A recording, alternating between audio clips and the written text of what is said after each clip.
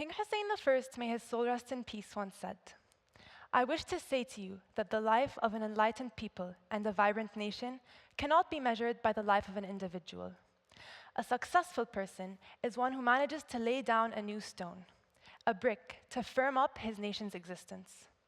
Basically, one who only strives for their own personal success will not feel as successful as one who actually strives to better their nation.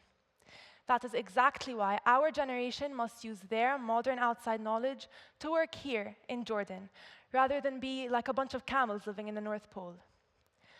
2020 is here and a new decade arose, so it is our duty to spread awareness about the importance of giving back. We must be cognizant of giving back to our country. We can make a difference.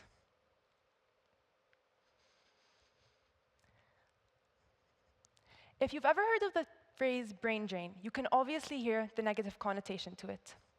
The brain drain theory was founded by Dadaba Nairoji in 1867 and discusses how highly educated intellectuals leave their country to go work in other developed regions. And unfortunately, this is applicable to Jordan. I dug deeper into the web, and it didn't really come to my surprise to find that 45% of Jordanians have left Jordan to go work in the other developed regions.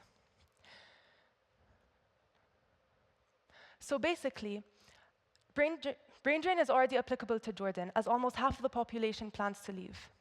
But we need to pop the bubble we're living in and focus, because working in other countries isn't all gold-paved streets and treasure chests.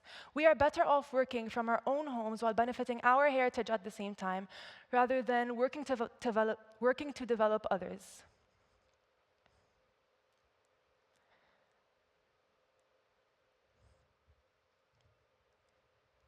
Now, let's address the elephant in the room. Jordan's economy is struggling. But how can we aspire to fix that? An example of a bad economy in Jordan could basically be how us citizens are drowning in taxes and not really getting facilitated for it. But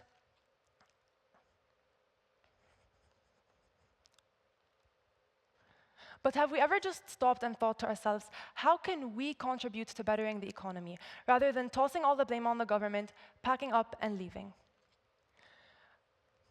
The famous Lebanese writer Gibran Khalil Gibran once said, "Are you a politician asking what your country can do for you?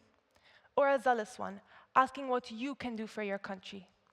If you are the first, then you are a parasite.